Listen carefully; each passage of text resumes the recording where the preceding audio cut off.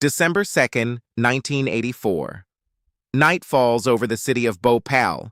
Most residents are asleep in the crowded neighborhood surrounding a pesticide factory owned by Union Carbide. Shortly after midnight, something goes terribly wrong inside the plant. Water enters a storage tank containing methyl isocyanate, a highly toxic chemical used to produce pesticides. The reaction causes the tank to overheat. Pressure builds rapidly. Then the gas begins to leak. A massive cloud of poisonous vapor drifts silently into the sleeping city. People wake up coughing violently. Eyes burn. Lungs feel like they are on fire. Panic spreads through the streets as thousands run blindly through the darkness trying to escape the gas. Some collapse within minutes. Others die in their homes without ever waking. Hospitals quickly become overwhelmed. Doctors don't even know exactly what chemical people have inhaled. Victims flood the hallways with symptoms of choking, blindness, and convulsions. By morning, the scale of the disaster becomes clear. Thousands of bodies lie in the streets of Bhopal.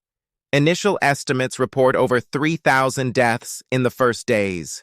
In the years that follow, the total death toll linked to the disaster is believed to reach 15,000 to 20,000 people, with hundreds of thousands injured.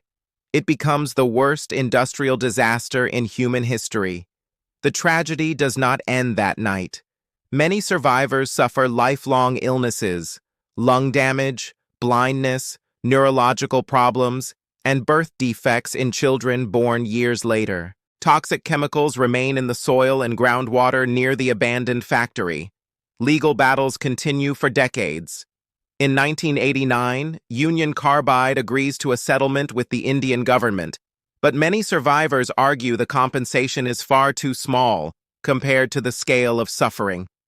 Today, the rusting factory still stands in Bhopal. Its broken pipes and silent tanks remain a reminder of what happened that night, when a single industrial failure released a cloud that turned a sleeping city into a disaster zone.